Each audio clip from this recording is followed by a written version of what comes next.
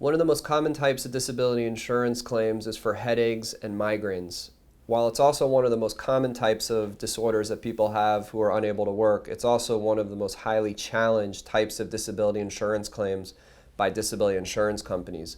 And Steve, you know from handling hundreds of these types of claims, from everyone from people who have desk jobs to people who are working in an operating room, in the whole gamut of whatever job that person may have, the headache claims are always challenged because they're subjective claims. What do you see as the reason that when dealing with a headache claim that a disability company tries to say, well, there's no objective evidence of your condition? Well, that's the big issue is, the subjective nature, the complaints, head hurts, I can't concentrate, I can't focus. And I think another big thing that ends up happening with insurance companies where other conditions are consistent, ongoing type. I've kind of even seen in arguments in denial letters, well, you don't have a headache all the time. They eventually stop, they eventually go away. So you may not be able to work for a little bit, but it's not, preventing you from completely not being able to do the job. So the insurance companies, try to attack it along the same veins as they would any other condition that's mainly subjective complaints in nature. Right. I know from our experience in handling these claims, there's a specific manual on the diagnosis of headache disorders, and there are more than 35 different types of headache disorders, not including migraine as being a subcategory of headaches, that really a lot of doctors, believe it or not, don't even fully understand because it's not their primary practice. But I think it's super important to get the appropriate diagnosis of the type of headaches you're having. And in order to really get the appropriate diagnosis, I know that I always tell all of my clients that they should really maintain what's known as a headache diary. And there's a lot, and that's a daily diary of documenting when your headaches are occurring, how often they're occurring, what's the activity that you're engaging in when it occurs, and then taking that information to your doctor. But I really think something to take away from this video is you've got to treat with a headache specialist, because they're the ones that are going to be able to stand up to the disability insurance company and be able to document the condition. Now, another issue that always comes up is people with headache disorders, of course, they take Aleve and Tylenol and aspirin and things like that. But when you start getting into the real headache type medications, what type of impact does that have on your claimants, and how is that use of medication interpreted by the disability insurance company? Well, I think especially with the side effects, you watch any of the commercials on TV that talk about the new, for migraines and this and that, the potential list of side effects can, run the whole gamut. So where certain medication may not affect a person adversely and another it could. So it's always person by person. Insurance companies do have a tendency to kind of look at medication regimens and increases or changing out the same they would in a depression claim. If it's not controlling it, they try a different combination, they try something new. So if the medication's not changing but you're still reporting all these problems, they'll really look into it and say, well, is this appropriate care? What's going on with it? I know one of the biggest things that I've been seeing that really bothers me from an insurance company who doesn't understand headache disorders is they say, well, your medication dosage is low, or you haven't changed your medication. And what they don't realize is the whole body of literature from people who have published all these medical articles is that overuse of medication with headaches can actually make your condition worse. It becomes the same effect as when someone goes out and drinks one night and they drink too much, and the next day they feel hungover. Well, people start to use all this medication and they start to get that hangover effect. And then, just like you're coming off of a certain substance, then when they're transitioning from one drug to another, they have that withdrawal symptoms. So it's always a test of getting into different meds and trying different things when you have headache disorder.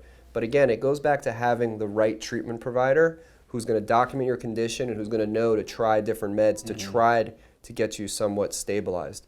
I know another things I see is one of the most common things for treatment for headaches now that a lot of my clients have been getting is botox injections.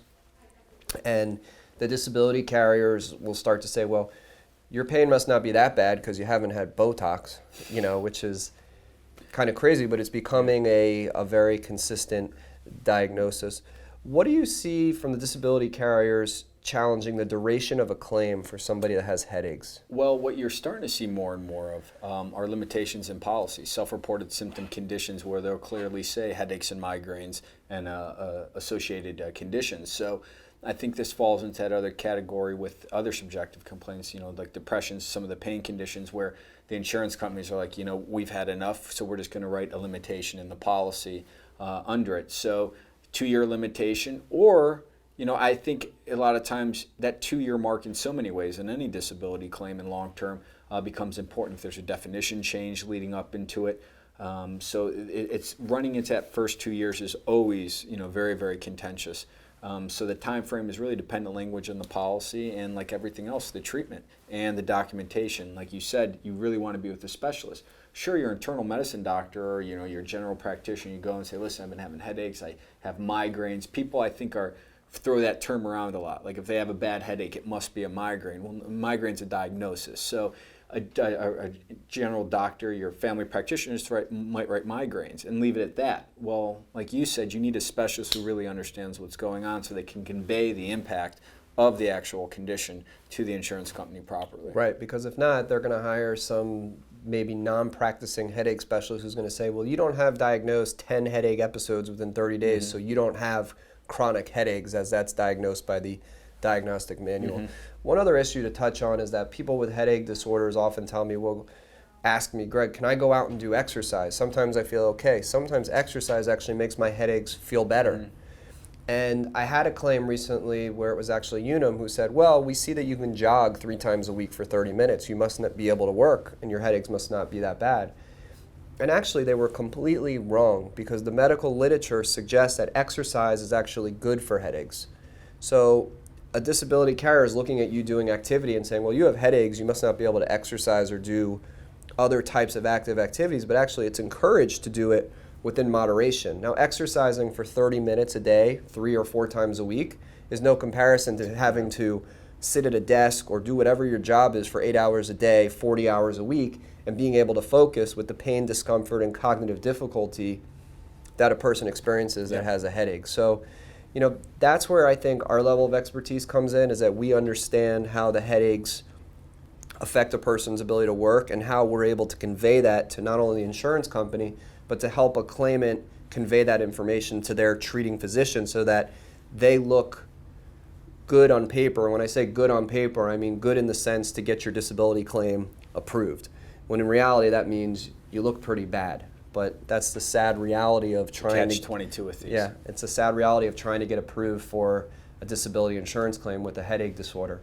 So if you have a disabling condition as a result of headaches or migraines, feel free to call us at any time for a free consultation. We'll be happy to review your claim at whatever status it's at. We'll review your disability policy, and we'll let you know right away whether or not we think we would be able to assist you to collect on short-term or long-term disability benefits.